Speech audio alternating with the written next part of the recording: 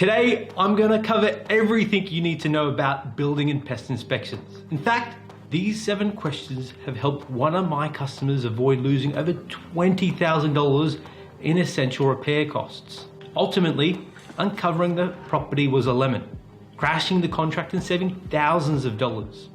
I'm Vecchio, mortgage broker with Hunter Galloway. And today in this video, we're going to dive into everything you need to know about building and pest inspections. How to avoid buying a lemon, step by step. Let's dive right in.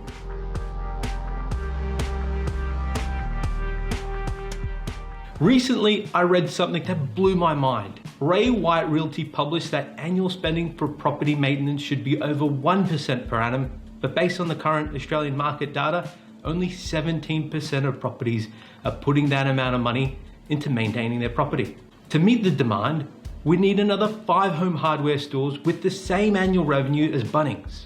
If you're looking to buy an existing property that's not newly renovated, it's almost guaranteed you'll need to spend money on maintenance. So, with many home buyers running the risk of falling short at their building and pest inspection, the dilemma is, how important is this report?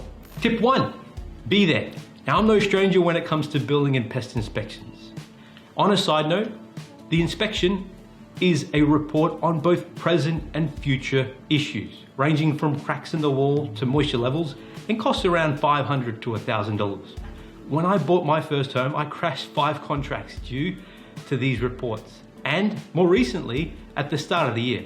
So yes, I've had my fair share. But when I bought my first home back in 2014, I was so busy that I wouldn't attend these inspections, simply relying on the inspector and the report they produce. After reading these reports, I thought World War III was on the horizon, ultimately running as fast as I could away from the property. So the first lesson I learned was to be there at the inspection. Tip 2, what to do when you attend. So you're at the building and pest inspection. From there, you'll want to follow the inspectors around like Pikachu. Learn what they're looking for. If this one were to fall over, you'll be able to put the learnings into practice for the next property you're looking to buy. Back when I was looking to buy my first home, one of the properties I was looking at crashed. There were structural issues because there was a tree nearby and the roots were coming under the house. Being shown this by the building inspector made it so obvious. More importantly, the week after, I went to another open home and noticed the same problem. Had I not known this tip, I would have bought yet another lemon. Tip 3, be walked through the report. Okay, the building and pest inspectors are done. The first thing you'll want to do is ask to be run through the report, showing you the locations and the issues firsthand. At the start of the year, this is exactly what I did. The property I was looking to buy had structural issues. The problem was a supporting beam running through the garage door. Whilst the building inspector said it only cost about $5,000 to fix, having been shown the location, I noticed a massive crack near the site. Asking the inspector about this crack revealed that there possibly could be some surrounding issues, which may cost a substantial amount to fix. And this was my cue to leave. Stick around, in tip 7, I'll show you how to eject from a contract like a pro. Tip 4, questions to ask. So now you see there's problems, you'll want to ask the inspectors a few questions. Some of the questions to ask include, how major are these issues? How much will it cost to fix this problem? Will this issue be a problem in the future? Is the issue still active? Would you buy the property knowing this issue? What would happen if the issue went unchecked? Only recently, a customer of mine received a report, and after reading it, was looking to crash the contract. He called me to discuss what he should do, as I absolutely loved the property and was really worried about the issues cited on the report. I asked him, so how much did the inspectors say it would cost to fix? He answered, well, actually, I wasn't able to make the inspection. After guiding him on these same questions to ask the inspector, he found that in actual fact, there were minor issues, which were very easy and relatively inexpensive to fix, allowing him to buy his dream home without the worry. Tip 5, get it fixed. So problems are found. This is very normal and it's not all lost. After finding how much it'll cost to fix the problems, push for the sellers to fix them. When buying my first home, I fell in love with the property in Salisbury. The only problem?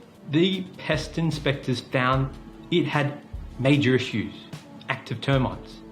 The good news is that it was contained. I was happy with the price, happy with the property, and would have bought it if the owner fixed this problem, but they refused. The lesson from this is if you do find problems, ask for it to be fixed, and it's then in the seller's court to comply or not. Tip 6, negotiate. So the sellers are playing hardball, not willing to fix the problems no matter how glaringly obvious they are. Now it's time to negotiate. Be prepared, as it will give you a higher chance of success. To this point, you'll want to have arranged some quotes for the problems that have been identified. From there, you provide these to your solicitor with commentary on why these are major and severe. Back on the property in Salisbury, I did just this, getting quotes to treat the termites and the cost for the builder or a builder to replace the areas damaged. The cost came to $35,000, and I provided this to the owner. From there, I was able to get some discount on the price, but in the end, the contract crashed as a first-time buyer didn't have enough money to fix the problems without the owner taking on the total cost. Tip 7, eject. So it's come to the end of the line. The seller is not willing to fix a problem or reduce the price. At this point, you only have two options. One is to accept that there's money to be spent on the maintenance of the property. The good news is you know. The other option is to eject or crash the contract, which is what one of our customers recently did. After following tips 1 to 6, found that her property needed essential roofing repairs. After arranging a quote, discovered that this would amount to $20,000. Getting no traction after negotiating or trying to get the seller to fix, she made the decision to pull out of the contract based on building and pest, ultimately saving her from spending money she simply didn't have. And in Queensland, doing this through your solicitor will allow you to eject without penalty. Just make sure your contract has a building and pest inspection clause. Bonus tip. All right, so now I've got a bonus tip. My mustache got shaved and I look different. Bonus tip for buying new properties. Now, heaps of people get this completely wrong, which ultimately costs you a bunch of money. Buying a new property, a building and pest inspection isn't really gonna work because they're not gonna be able to find issues with termites. The property's only just been built. So what you can do is get a pre-settlement inspection report. Similar to a building and pest report, you'll be able to see if there's defects with the property, if there's chipped paint, maybe some cupboards weren't done. In a recent example, I had a customer buying a brand new property. It was the house of their dreams. But after having gotten their pre-settlement inspection report, they found out that some of the concrete slab hadn't been sealed, which meant lots of creepy crawlers could eventually get in there.